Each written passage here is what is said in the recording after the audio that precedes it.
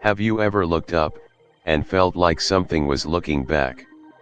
Tonight, on the Alien Storyverse, we dive into a story inspired by one of the most mysterious alien abduction cases in history. But this is not a retelling. This is a reimagining. A darker one. A more personal one. One man, taken from the sky. A woman, not human, but not their enemy. And a secret, that could change what we believe about who or what is watching us. This is They Took Me From the Sky. A 25-minute science fiction journey. Let's begin. The forest was quiet. The sun filtered through the pines like soft fire. Jake Morgan wiped sweat from his brow and looked up at the sky. He was a logger. Just another day, just another shift. Arizona was hot, dusty, and too still. He wasn't alone. His crew of 5 were finishing up a job up in the White Mountains. But Jake, he wasn't thinking about logs or paychecks. His mind kept drifting to the sky. He'd been having dreams lately. Strange ones. A woman with silver eyes whispering things in a language he didn't understand. Her face glowing in the dark. Her voice was soft, not human, but not terrifying either. He shook it off. Probably just stress. Maybe the heat. The crew packed up. They climbed into the truck. It was almost 7 p.m., dusk stretching across the landscape like a warning. And then they saw it. Floating, silent, in the clearing ahead, a light. A massive, pulsing orb hanging low in the trees. Not a helicopter. Not a plane. Something else. Jake stepped out of the truck. The others shouted at him to stop. But he couldn't. He felt drawn. The light grew brighter. A hum filled the air, deep and metallic. Then a beam. It struck him in the chest, lifting him off the ground, his body writhing in the air like a rag doll. The others screamed. Tires screeched. They ran. Jake didn't remember falling. He remembered floating. Light all around him. A pressure on his chest like being underwater. His ears rang, and something metallic vibrated in his bones. And then nothing. Silence. His body hit the ground hard. But not on Earth. Not really. The surface was warm, too smooth. Not dirt. Not wood. He opened his eyes. Black. Above him, a dome of endless black. Dim lights moved slowly in patterns, like constellations being rearranged. He tried to move. His body wouldn't respond. Then a face. A human face. A woman. She was standing over him, tall, slender, her skin pale like moonlight. Her eyes were huge, glowing faintly. Silver. No pupils. Her expression was calm, but not cold. She looked sad.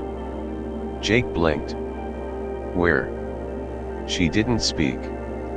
She leaned closer. Her lips moved, but no sound came out.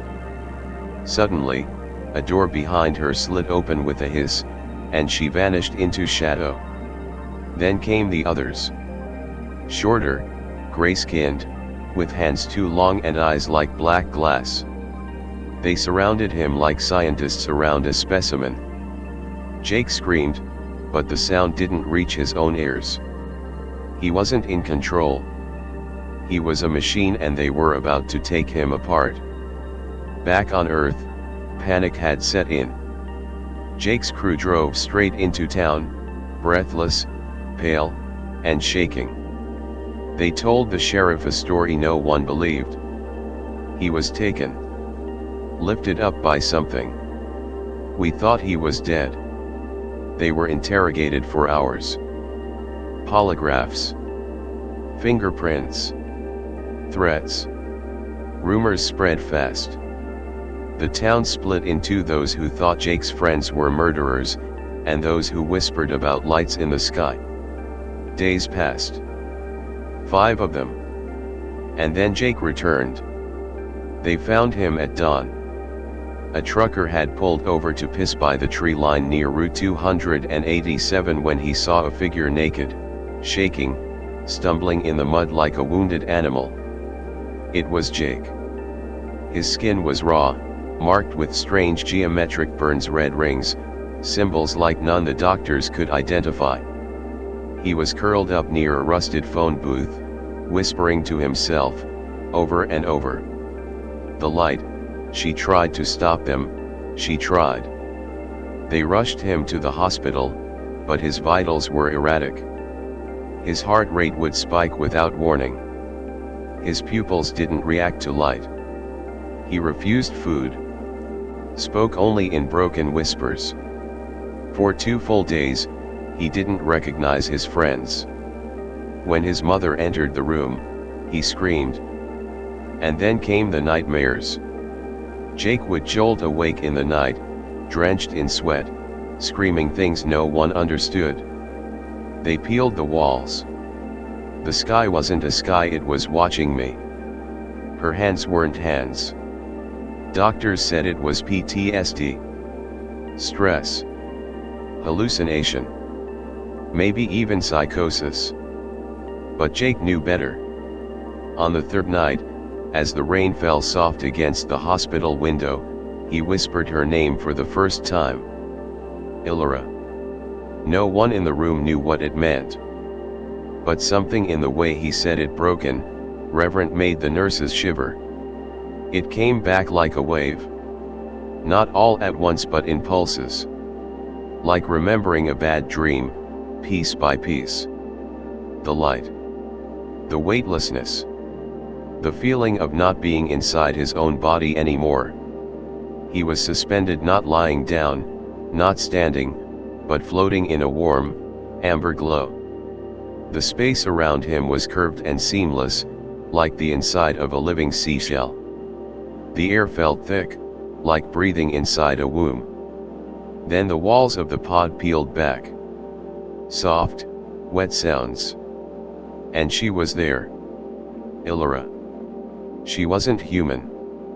Not really. But not like the others, either. She had a form tall, willowy, draped in something like liquid silk. Her skin shimmered pale gold. Her eyes, massive and silver, blinked once. Slowly. Not with surprise, not with malice. With something else. Compassion. Jake couldn't move. But he could feel. You are not meant to be here, she spoke, not with her mouth, but inside his mind. They do not ask. They do not care. I tried. I tried to stop them. She reached out, and her fingers hovered just over his forehead. Then pain. Blinding. Burning. The pod shook. Alarms in sounds he couldn't understand. Metallic shrieks from beyond the chamber. Her face turned, urgent now. She looked behind her. And then she pushed him back into the dark. He remembered the sensation of falling backward through liquid fire, screaming in silence, until his body slammed into cold mud and distant headlights. It came back like a wave. Not all at once but in pulses. Like remembering a bad dream, piece by piece. The light. The weightlessness. The feeling of not being inside his own body anymore. He was suspended, not lying down, not standing, but floating in a warm, amber glow. The space around him was curved and seamless, like the inside of a living seashell. The air felt thick, like breathing inside a womb. Then the walls of the pod peeled back. Soft, wet sounds. And she was there. Illyra. She wasn't human. Not really. But not like the others, either. She had a form tall, willowy, draped in something like liquid silk. Her skin shimmered pale gold. Her eyes, massive and silver, blinked once. Slowly. Not with surprise, not with malice. With something else. Compassion. Jake couldn't move. But he could feel. You are not meant to be here, she spoke not with her mouth, but inside his mind. They do not ask. They do not care. I tried. I tried to stop them. She reached out, and her fingers hovered just over his forehead. Then pain. Blinding. Burning. The pod shook. Alarms in sounds he couldn't understand. Metallic shrieks from beyond the chamber. Her face turned, urgent now. She looked behind her. And then she pushed him back into the dark. He remembered the sensation of falling backward through liquid fire, screaming in silence, until his body slammed into cold mud and distant headlights. It came back like a wave. Not all at once but in pulses. Like remembering a bad dream, piece by piece. The light. The weightlessness. The feeling of not being inside his own body anymore. He was suspended, not lying down, not standing, but floating in a warm, amber glow. The space around him was curved and seamless, like the inside of a living seashell. The air felt thick, like breathing inside a womb. Then the walls of the pod peeled back. Soft, wet sounds. And she was there. Illyra. She wasn't human. Not really. But not like the others, either. She had a form tall, willowy, draped in something like liquid silk. Her skin shimmered pale gold. Her eyes, massive and silver, blinked once. Slowly. Not with surprise, not with malice. With something else. Compassion. Jake couldn't move. But he could feel. You are not meant to be here, she spoke not with her mouth, but inside his mind. They do not ask. They do not care. I tried. I tried to stop them. She reached out, and her fingers hovered just over his forehead. Then pain. Blinding. Burning. The pod shook. Alarms in sounds he couldn't understand. Metallic shrieks from beyond the chamber. Her face turned, urgent now. She looked behind her. And then she pushed him back into the dark. He remembered the sensation of falling backward through liquid fire, screaming in silence, until his body slammed into cold mud and distant headlights. Jake had always thought fear was loud. That it came with screams, chaos, crashing sounds. But true fear, he learned, was silent. Cold. Clinical. He opened his eyes inside a long, dim corridor. The walls pulsed faintly with an organic texture, something between metal and flesh. The air was thick, recycled, with a strange chemical sweetness that made him gag. He tried to move. Couldn't. His limbs were restrained by transparent tendrils that held him midair, suspended like a puppet. He looked down and saw himself completely exposed, floating in the center of a chamber filled with blinking lights and smooth black panels. And then they came. Not Illyra. Them. Short. Gray. Limbs too long. Heads too large. Eyes bottomless, emotionless. They moved like surgeons, efficient, fast, unbothered. One of them held a long, metallic rod that shimmered with small ripples, as if vibrating through dimensions Jake couldn't see. He wanted to scream. he begged. Inside his head. Outside. Didn't matter.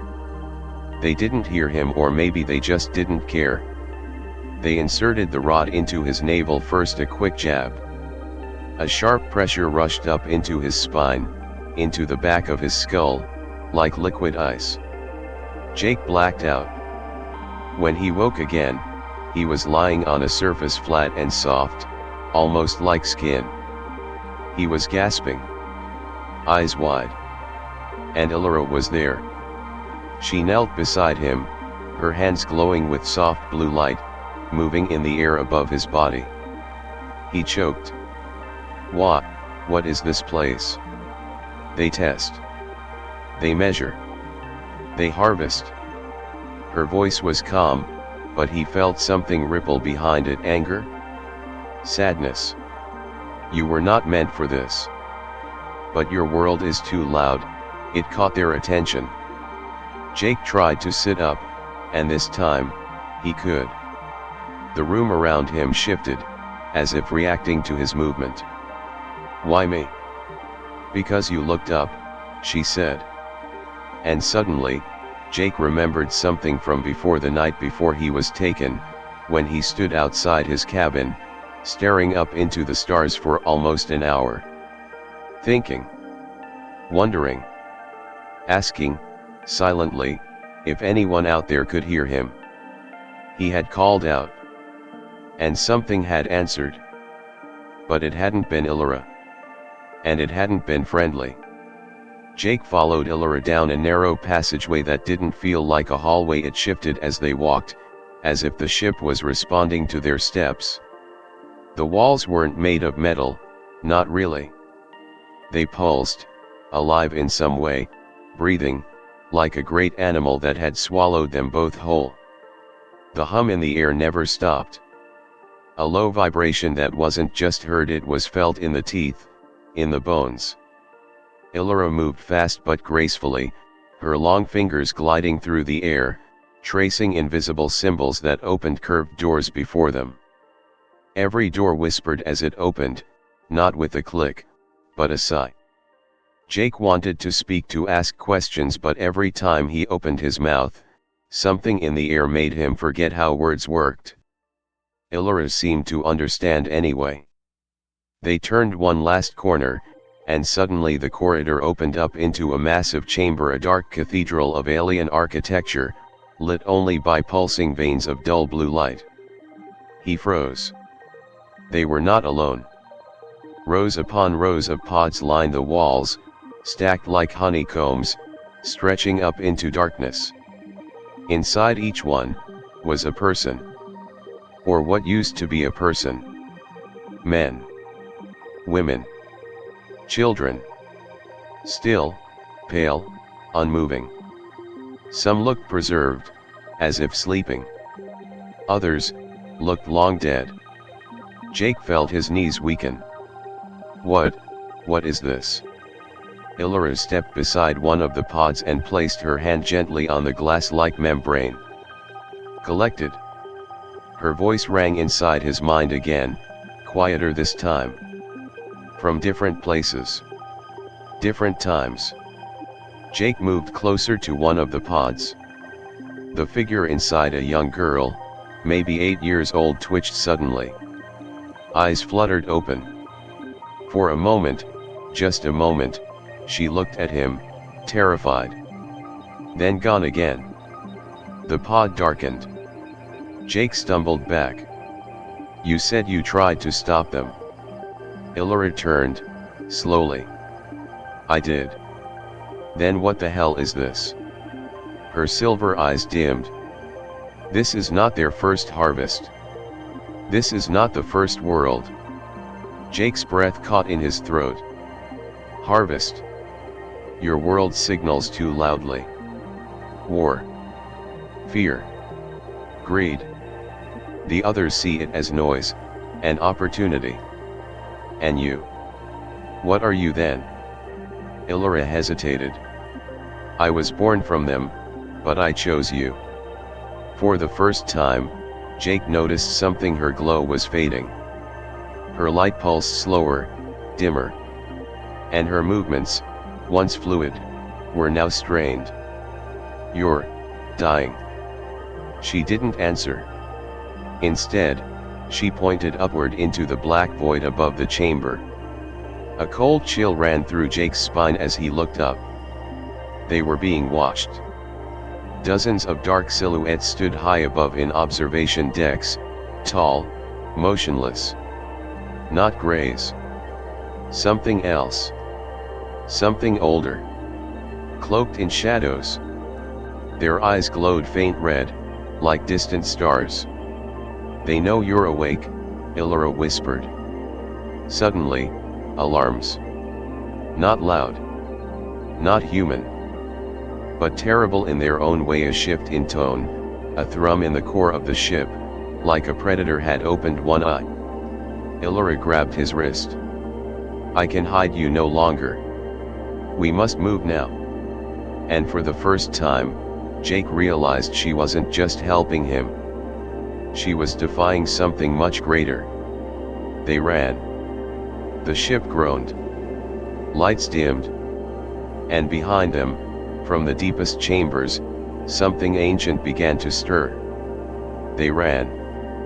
The corridor twisted and pulsed under their feet like a living intestine. The walls weren't just reacting, they were resisting. Doors slammed shut behind them. Pathways began to seal. The entire ship, or whatever it truly was, had noticed. It was awakening. Illyra moved faster than Jake could follow, her glowing fingers tracing patterns in the air to force doors open. But every step she took, the light from her hands grew dimmer. She was weakening. Jake struggled to keep up, his heart pounding, lungs on fire. The strange air inside the ship made every breath feel thick, like breathing syrup. "Where are we going?" he shouted, ducking under a collapsing arch that nearly sliced him in two. Illyra didn't answer with words. Instead, she pointed ahead, a pale blue light at the end of a dark tunnel. It pulsed like a beacon. "What is it?" "A gate. A fracture in space. Their way in, and the only way out." The concept made no sense to Jake, but something about the word fracture made his stomach twist. Behind them, deep in the ship's belly, the scream began. Not human. Not machine. A deep, soul-crushing frequency that felt like it was trying to erase him. Jake stumbled. Covered his ears. Blood trickled from his nose. Illyra turned back and grabbed him. Her hand was ice cold now. "They know your pattern now. They are rewriting you." "Rewriting me? What does that even mean?" "Your mind. Your memories. If we don't leave now, you won't remember who you are. Or what Earth is." That was when Jake noticed something truly terrifying. His hands were fading. Not vanishing but becoming transparent, pixelated. Like a memory being deleted. He screamed. Illyra pulled him harder. The tunnel shook. Parts of the ceiling collapsed inwards, revealing black voids beyond the walls, not wires, not insulation but nothingness. A hole in existence itself. They reached the chamber. The blue light was swirling now, like liquid lightning spinning in a cyclone. It stood vertical, like a tear in reality, showing flashes of trees, stars, his truck, the Arizona forest. Home. Jake turned to Illyra. "Let's go. Together." She shook her head. "I cannot follow. I'm made from them. You helped me. You saved me. That is why I cannot go." Jake's eyes filled with tears. The edges of his vision began to blur, warping. His legs felt heavy, like stone. The rewriting was accelerating. Illyra stepped closer. She placed her hand on his chest. "They will not stop. Not with you." You looked up. You remembered. You are a signal. What does that mean? What do they want from me? Not you. Your world. Your spark. You are the mirror. The beginning. The words made no sense, but the way she said them made Jake feel like she wasn't just talking to him, but through him.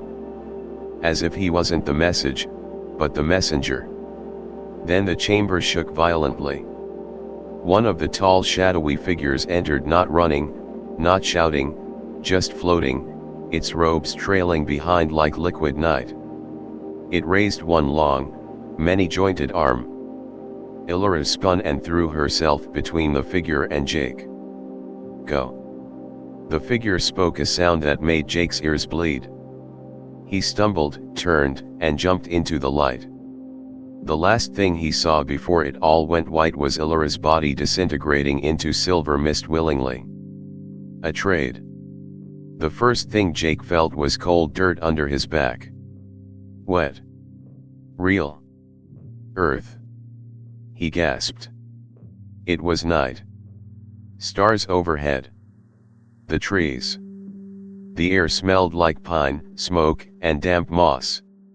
Somewhere in the distance, a truck rumbled past on the road.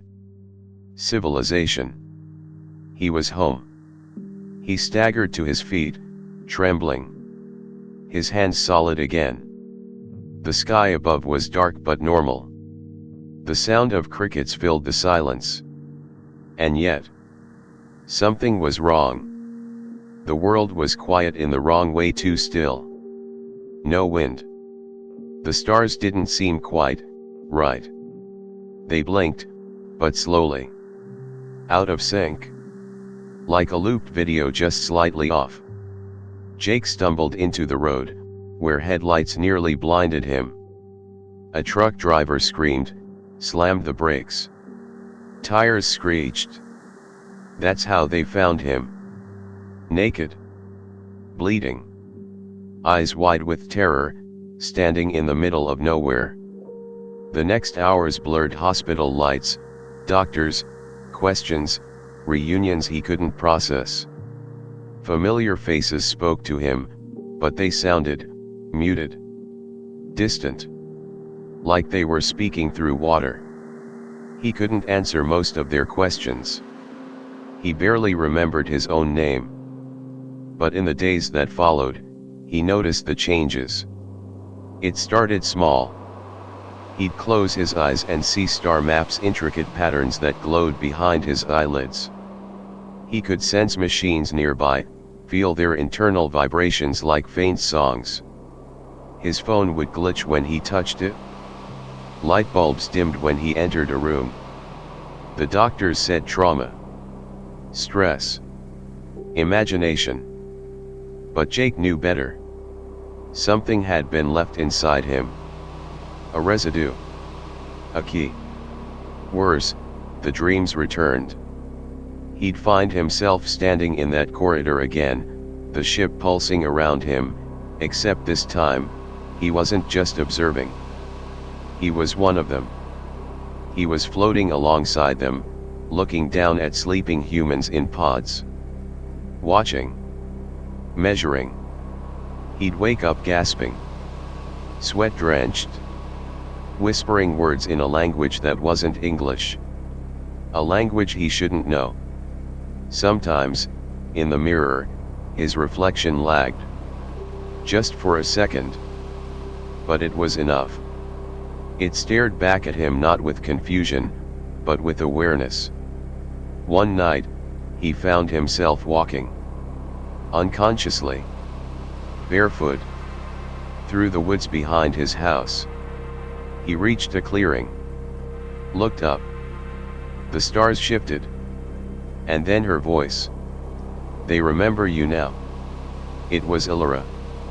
Jake turned, but no one was there. Just the wind through the trees.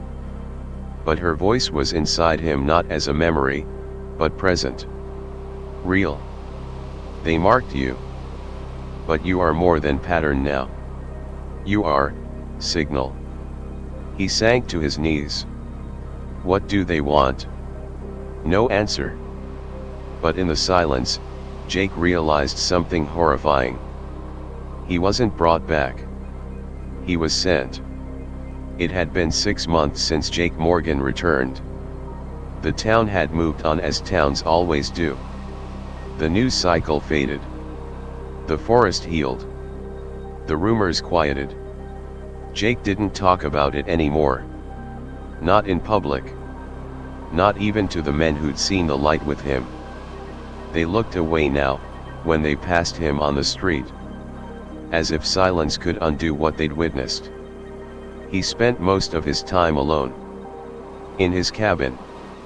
No phone. No TV. Just books. Maps. Diagrams of stars he couldn't remember learning. Equations he never studied. Drawn by hand in the margins of napkins and paper scraps.